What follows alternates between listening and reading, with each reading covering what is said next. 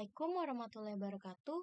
Nama saya Rena Daulandari. Saya mahasiswi dari Universitas Siber Asia dan dari jurusan Ilmu Komunikasi. Dengan tujuannya saya membuat video ini adalah saya ingin menjelaskan kepada kalian tentang pentingnya keterbukaan dalam komunikasi antar pribadi. Salah satu teori yang relevan dalam menjelaskan pentingnya keterbukaan dalam komunikasi antar pribadi adalah teori keterbukaan diri atau self-disclosure theory. Teori ini dikembangkan oleh Irwin Altman dan Delmas Taylor pada tahun 1973.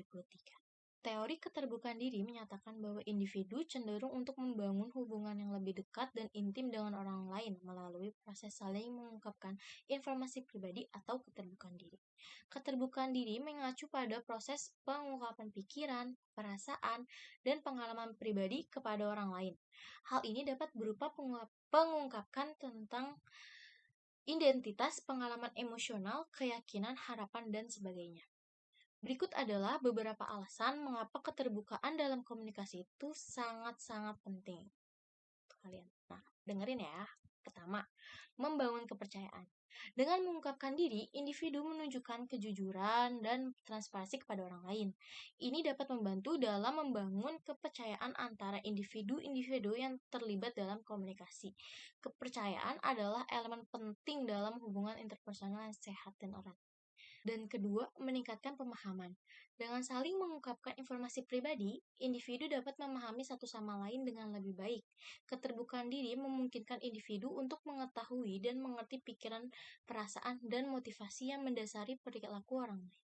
Hal ini dapat memfasilitasi komunikasi yang lebih efektif dan mengurangi kesalahpahaman. Ketiga, membangun kedekatan. Proses keterbukaan diri dapat menciptakan ikatan emosional antara individu.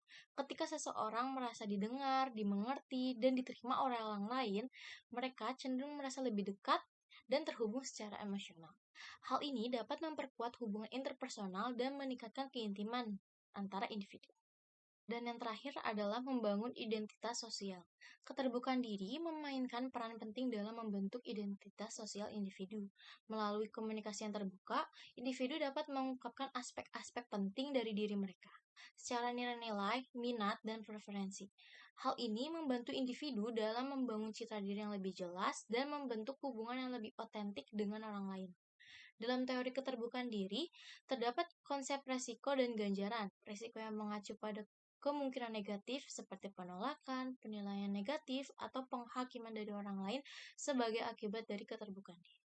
Sementara itu, ganjaran merujuk pada manfaat dan keuntungan yang diperoleh dari keterbukaan diri, seperti dukungan emosional, pengertian, dan kedekatan.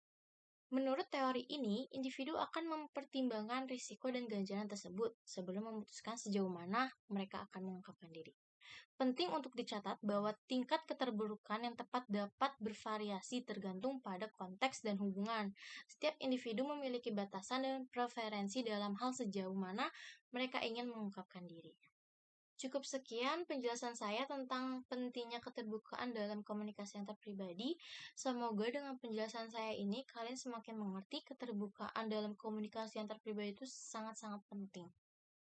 Mohon maaf apabila penjelasan saya kurang jelas atau cara ngomong saya mungkin sulit kalian mengerti. Mohon maaf sekali lagi karena saya juga masih belajar. Saya akhiri, terima kasih. Assalamualaikum warahmatullahi wabarakatuh.